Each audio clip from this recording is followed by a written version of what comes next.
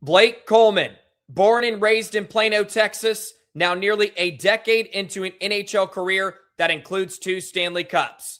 And the trade buzz for potential hometown reunion is heating up. So, should the Stars roll the dice?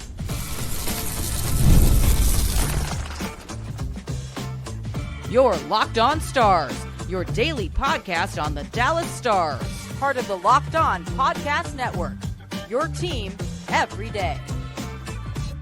Howdy, Stars fans. I'm Joey Erickson, forward producer of 105 Through the Fan. Please be sure to subscribe. We are free and available wherever you get your podcasts and on YouTube. And as always, thank you so much for making us a part of your day and making us your first listen. Welcome to Thursday edition of Locked On Stars, part of the Locked On Podcast Network, now the #1 sports podcast network. There's so many rumors circulating about Calgary Flames Blake Coleman and the potential for a hometown reunion with the Dallas Stars. So, should the Stars pull the trigger and go out and get the 30-plus point forward who has championship experience, a couple Stanley Cups under his belt, and add him to this roster moving forward? We're going to discuss that on today's episode of Locked On Stars. Plus, Vladislav Koliochonok is back. Yes, he was put on waivers by the Boston Bruins the other day, and the Stars have acquired him back. So the Texas Stars will get some depth in the AHL, plus a Columbus Blue Jackets preview to end today's episode as the Stars try to make it 2 wins in a row as they were back on the road to take on the Blue Jackets here tonight. A jammed-packed Thursday edition of Locked On Stars, and it's always fun to talk about the potential of trades. Can Dallas go out and grab Blake Coleman? There's so many rumors within the NHL circle that it feels like this trade is inevitable. The Stars are showing heavy interest, which has been reported by multiple outlets. And why wouldn't they be interested in Coleman, who is a 34-year-old winger that can give you an uptick in offense, which the Stars desperately need, especially after the season-ending injury to Tyler Seguin. I was also a bit shocked when I found out that Seguin is younger than Blake Coleman. I always figured it was the other way around. Seguin is 33. Coleman is 34. But the great thing about Coleman is injuries haven't plagued him late in his career. And I say that ironically why he's on the injured reserve for the Calgary Flames. But he's been rather reliable, and he's put up good numbers in the postseason as well. He's exactly the type of player that contenders are wanting and would covet. He has experience. He's won before. We know that's very important, especially in the NHL. It's hard to go through the slog that is the Stanley Cup playoffs. And he's put up solid numbers in his playoff career. This year, he has 21 points in 44 games. He is very similar to Kiefer Sherwood in a lot of ways. Sherwood is a bit younger at 30, but very similar numbers, at least this season. Coleman is perennially about 30-plus points a year. His career high was 54 a couple years ago in Calgary, but he's got 13 goals this season. He's playing over 13 minutes a night at 5-on-5. And he's getting older, of course, but that price tag is much better than a Tyler Seguin at 9.85 or whatever it is for the next couple of seasons. And another good thing about going out and acquiring Coleman is it wouldn't just be a rental. He still has another year on his contract at $4.9 million. He has a 10-team approved trade list. I would think that the Stars are on there. If it is being reported, there's heavy interest. So it of course, brings up the question, what does the package have to be in order to grab him? Because it would be smart for the Stars to roll the dice. It's a great story, of course, and he would also be a solid fit. He could just fill a role that the Stars need, and that's a winger that has produced consistently in the NHL. He doesn't put up gaudy numbers, but a guy like a Mikael Granlund who will give you an uptick. He's scored at the highest level. He's played in big games too, and he can maybe fill that second line winger role, maybe a third line, or you could throw him up on the top line if you wanted. Whatever combination you want, I think Coleman could fill it. Ideally, he probably plays in that middle six, third, second line, and just gives you some pop and experience, because the Stars have a lot of guys that are playing in roles that don't necessarily suit their game. And he could be a nice piece to kind of fill that void. Now, when it comes to the package that the Stars have to give up, if you look at Sherwood in his deal, and it's a little different. I believe Sherwood's contract is expiring at the end of this year. It is. He's much cheaper, but the Sharks gave up a 2026 second-round pick, a 2027 second-round pick, and Cole Clayton, which is a young defenseman. They also sent. So the Stars do have that potential. Now, Sherwood's a bit different from Coleman. Sherwood is having a career year. He's 30, still in the prime of his his career, but he's kind of putting up big numbers. 17 goals. He's going to beat his career high by a ton this year, you would think. And his career high in points was 40 points. He's at 23 through 44 games this season. Now, Coleman isn't putting up as good as numbers this year, but it also comes with a caveat. He has won a couple of cups, and that experience, I would think, may drive the price up. Now, who knows? The Flames, of course, have already gotten rid of Rasmus Andersson, and I know Sherwood, there was reports that the Canucks wanted more, but they kind of softened when they realized what his market could be. Now, as the season keeps moving along, if the Stars wait till after the Olympic break to pull the trigger, maybe the package that the Flames want now may differ in a couple of weeks. It probably also helps that Jim Nill has a good relationship with the GM of Calgary. Obviously, they've done a lot of deals recently. You have the Dadonov deal, which I believe is Calgary. That was Montreal. Sorry. The Tanev deal, though. That was, of course, a big one, and they were able to figure out something there. So there has been deals done in the past, which I think matters to some degree. There is a relationship there, a sense of trust, and I would suspect Jim Nill can make something happen. So the Stars, if you look at assets, what do they have? Well, they do have a couple second-round picks in the next couple of years, if you're looking at that. They do have a first-round pick in 2027 if they wanted to go that route. Maybe that's kind of the piece that gets the deal going, and then maybe they throw in a kicker like a second-round pick. And I think they do have some maybe desirable pieces in the AHL that teams could potentially look into. You have a player like Strangis, right? Antonio Strangis. He's young. Having a decent season down in Cedar Park. Maybe that's a guy they could be intrigued about. He's young, still has some upside, probably hasn't played his best hockey. You have Trey Taylor, which is a defenseman. Of course, they just parted ways with Rasmus Andersson. So the Flames may be looking to offload some of these contracts and make some deals, which may benefit the Stars. But I think the Stars do have enough assets if they do want to go out. I don't think there's a team out there that can maybe outbid Dallas necessarily, unless the Flames get an offer that's just out of this world. But I think the Stars, for the most part, could match any other team. Look, I say that with a grain of salt. There are teams out there, I'm sure, that could give, but there's not going to be a team that's given up 2-3, picks, you would think. Well, at least, high quality ones for Blake Coleman at 34. But maybe there is. There's some teams that just do not care. Look at Vegas, the way they just go about their picks and they go about grabbing players like they did with Anderson the other day. So all things told, of course, it makes sense. The Stars should be going after a Blake Coleman. And I think they do have the assets to do it. I think he would fill a perfect hole for Dallas. It's that middle six, which is, I think, really important. We know they have enough talent. Their top six lines are good, but Matt Duchene not producing as much as you probably would like. Has he ever produced? No. In the postseason as much as you would like. Coleman has. He put up 13 points when he was on Tampa Bay to win their first Stanley Cup.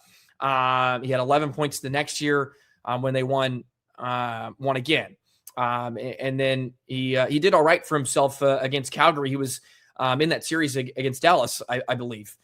He had 5 points in the 12 games against the Stars. So Dallas has seen it. He's just a quality left shot player as well. Gives you a guy that can play wing. He can play both sides, some versatility there. And I think would be a great addition. You've got the great storyline too. How could you not like that? And I think the Stars, of course, have the assets and would be able to go out and maybe acquire him.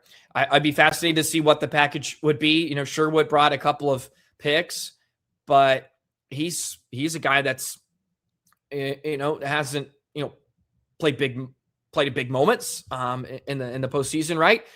He's just played 8 games and hasn't had that type of career. I would think Coleman may garner a tad more, but you never know. Every deal's different, right? Every deal's completely different, and different players are valuable to different teams or to each respective team.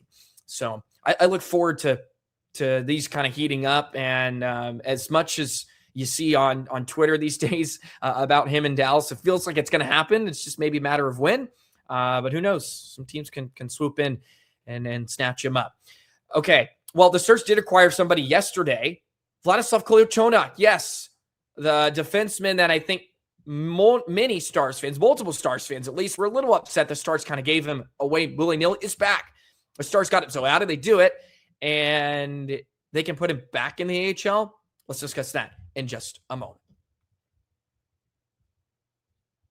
Today's episode of Locked On Stars is brought to you by Game Time. There's nothing like being near the ice during hockey season. The speed, the hits, the atmosphere, it's unmatched. Watching at home is great, but being in the building is a completely different experience. The only thing that used to get in the way was actually getting tickets, long queues, endless screen, and prices changing at checkout. That's why the Game Time app gives the advantage back to fans. It's the hack for unlocking amazing NHL tickets and experiences in just a few taps. You pull up the Game Time app, you can check out upcoming NHL games. You'll be surprised how fast it is to find great seats. The app is incredibly easy to use. You can browse, compare, buy tickets. It just takes minutes with a couple of taps. And one of the best things about Game Time is the zone deals. They're clutch. You choose a section, Game Time will pick the seats, and you can save even more. There's NHL tickets for under $25. Yes, that is true. And they have the Game Time guarantee, which will give you real peace of mind. So take the guesswork out of buying NHL tickets with Game Time. Download the Game Time app, create an account, use the code LOCKEDONNHL for $20 off your first purchase. Terms apply. Again, create an account, redeem code LOCKED, own NHL for $20 off. Vladislav Koliochonok is back with the Dallas Stars. The Boston Bruins put him on waivers just a couple days ago, and the Stars have acquired him on this Wednesday, and he will be placed in the AHL with the Texas Stars. I know multiple Stars fans were a bit upset that the Stars let him go in the first place, but he is back, and I think it's great on many levels. Number one is that the Stars are able to place him in the AHL. And the reason that the Stars had to place him on waivers in the first place was because of the rule in the NHL. They don't want young players that can get a shot to make the NHL with other teams being blocked because of injuries. Maybe a veteran player comes back, money situation, you name it. Basically, they don't want young players in the AHL that have proven they can play in the NHL, basically be blocked by their team because of whatever situation. That way, if they do get a crack in the NHL, they have to be placed on waivers. That way, another team could pick him up if they feel he could be a good fit for their team. That's kind of what happened in Boston, although he only played 9 games and he hadn't played in over a month. So it's great on a couple levels because the Stars can put him in the AHL and he can play. And play consistently. He's young. I think a lot of Stars fans enjoyed what he was able to bring to Dallas when he was up with the Stars. And I enjoyed what he brought. I thought he was effective. but Petrovic, Capobianco, Lyubushkin. Lyubushkin was sort of the player that kind of forced him to be put on waivers. Harley coming back, right? Lyubushkin coming back. Neal's coming back. Stars got healthier. So they kind of ran out of spots to place him on the NHL roster. So they had to put him on waivers, but now he's back. And he's a left shot D. We saw what he can bring. He is mobile, has a pretty good shot. He brought some offense this year. And in a pinch, he's a great option. And that's the other level why it's good for Dallas, is if the Stars do get into some injury trouble, again, he can be brought up and be a productive piece for the Stars. He actually only played 2 games in Boston. I apologize. I think I said 9. He only played 2. So he didn't play at all. And hadn't played in a while. So this is good for the player and the Stars. It's never bad to have too much depth, especially a depth player that you deemed was, good enough to play some decent minutes for you early in the season when the Stars were playing really well. So I think this is a great reunion. He will get to play down in Texas. It's good for the Texas Stars, who have had a bit of a roller coaster year. They get a guy that can be valuable, sort of strengthen that blue line down in Austin, Cedar Park, and the Stars can grab him back and have him as a potential option in a pinch. So I'm happy about it. And I know we did an episode on this specifically when he was let go, and I basically made the point that if the Stars are going anywhere this year, Vladislav Koliochonok, he's Coley's not going to be an integral part of Dallas. No, does that mean you should just willy-nilly give up assets if you don't have to? No. But look, I think the Stars were a bit of a pickle because the amount of games he played basically forced them to put him on waivers, and it happens. And looky there, it kind of worked out. They were able to get him back. I think it's great. And who knows, a couple of weeks from now, just before the break, he could be back up and playing a game with Dallas. Otherwise, he's a good piece to put down back in Texas. That brings us to another defenseman that may be nearing a return. That's Liam Bichsel. We've been hinting at this recently on the podcast, but he's been skating.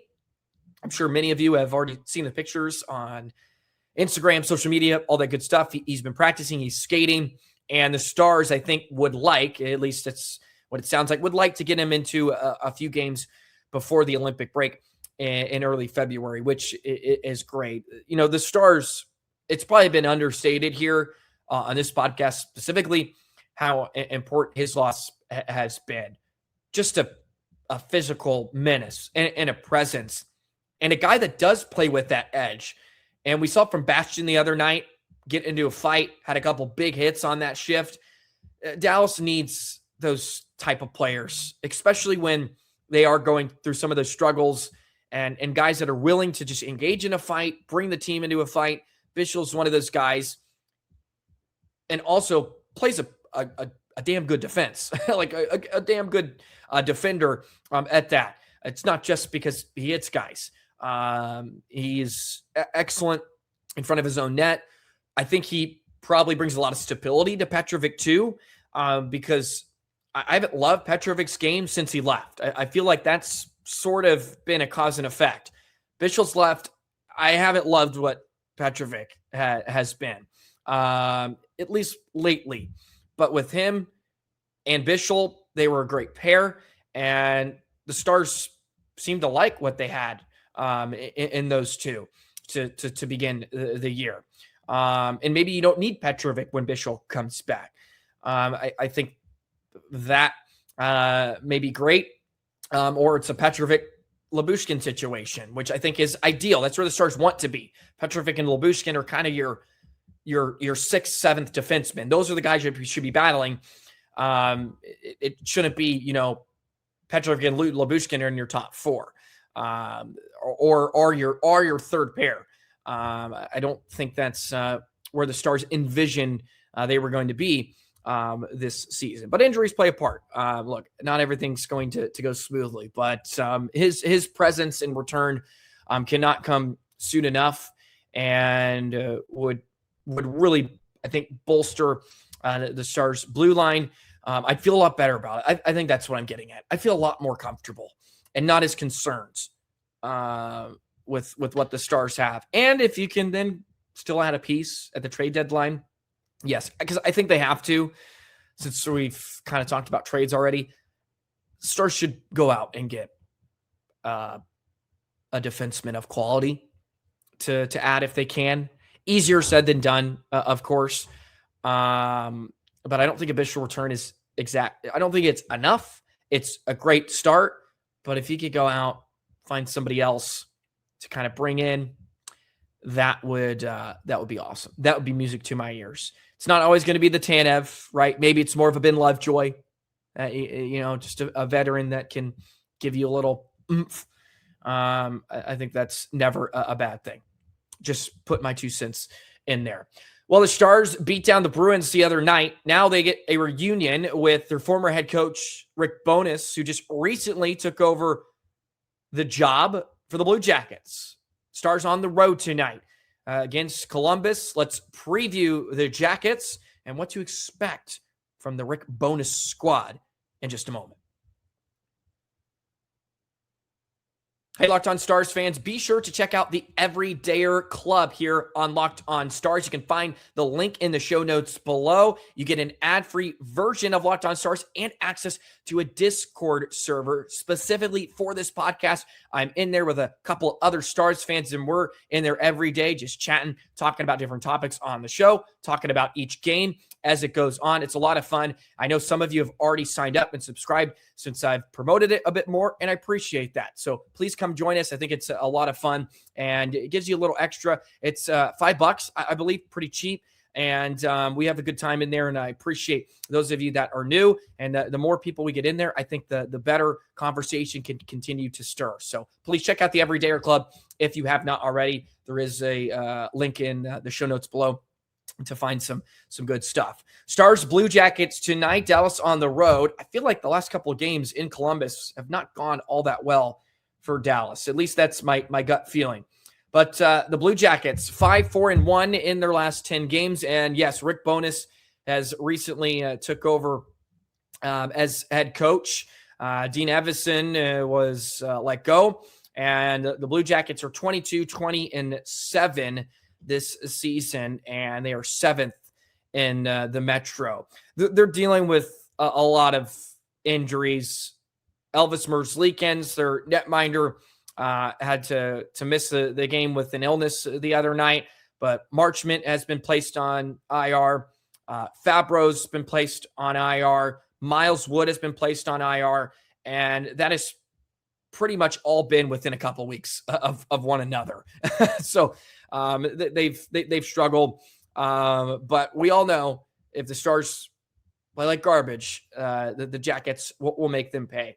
Although they don't have some of that firepower that they've lost with the injuries. But, of course, they got Rowinski, who is having another strong season, the big defenseman with 52 points. Marchenko having a great year. He's got 18 goals. He leads them in that category. He's had a really solid season for them as well. But it's been a roller coaster for them. They're 20th in goals for. They're 24th in goals against. So they're bottom third of the league in those categories. Their special teams has struggled. 20th on the power play. They're 28th on the PK. But they've been on a decent run here of late. They've won 4 of their last 5. They're coming off a loss to Ottawa. Jet Graves, who's sort of been their number one this year, is having a solid season. 2.70 goals against average and 908 save percentage with a 14-12 and in 6 record. So they've been playing better as of late since the head coaching change, which usually gives them a bump, right? You get that bump every once in a while when you when you make a coaching change. And their offense has really shined during this sort of stretch for them. You look at their 4 wins, 3 goals against Utah, 5 against Calgary, 4 against Vancouver, 4 against Pittsburgh. A couple of those were in overtime. And their offense over the last month has been pretty good. They're averaging about 3.5 goals per game. So they have found a way to score a bit more. And it's been at 5-on-5. Their power play has kind of just dipped or has been kind of mediocre in a lot of ways too.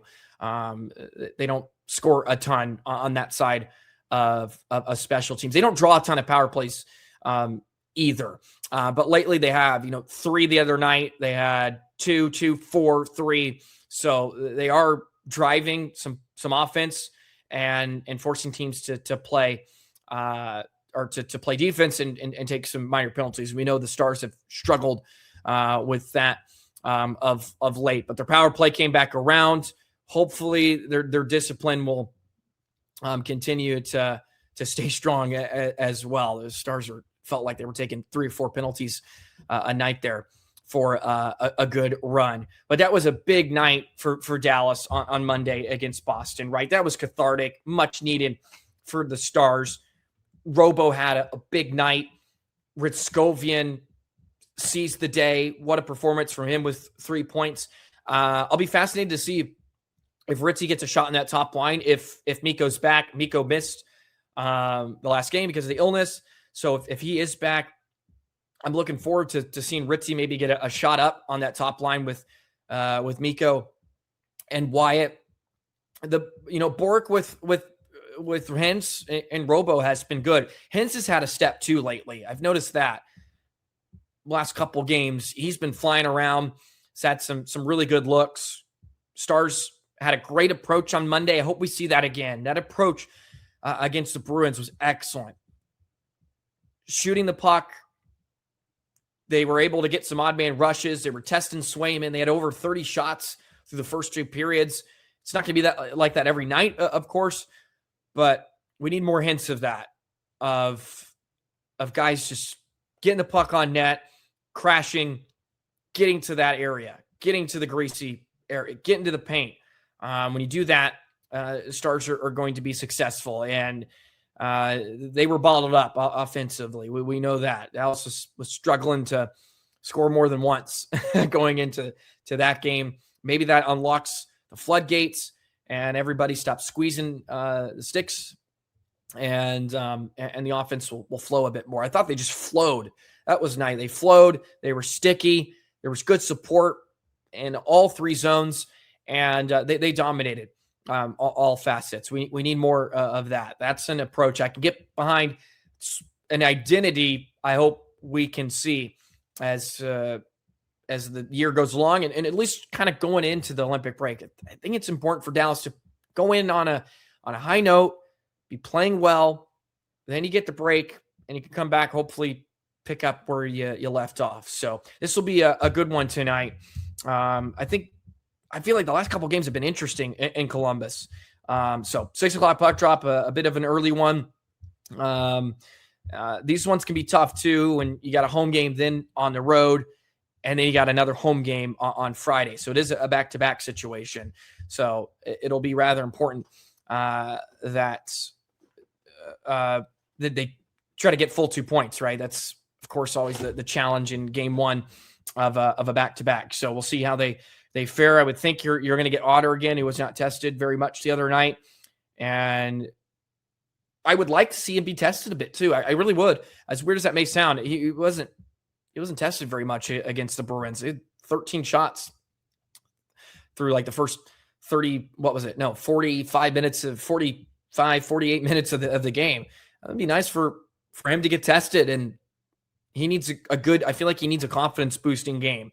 And who knows, maybe the Stars will get that if they come out a little bit flat to open up this one tonight. So that is a bit of a Blue Jackets preview for you. Again, Marchenko, that's a guy to look out for. Of course, Rowinski's having a good year. No Mason Marchment, who's injured Should be a fun one. That's for sure. It always is. And hopefully Stars are back and humming here over the next week or so. Alrighty, that will do it for today's Thursday edition of Locked On Stars. Blake Coleman to Dallas. What a reunion that would be. Vlad is back, and maybe he'll make a cameo at some point before the Olympic break. So some good stuff to dissect. We'll be back tomorrow to dissect a win, loss, who knows. Hopefully another dub for Dallas. Appreciate all the love and support. Lately, it's been awesome here on Locked On Stars. Again, check out the Everydayer Club. You get an ad-free version of this podcast and access to a Discord server for Locked On Stars as well, where we're in there chopping it up, which is always a good time. Like, comment, subscribe. Have a great rest of your day, and we'll see you tomorrow. So long.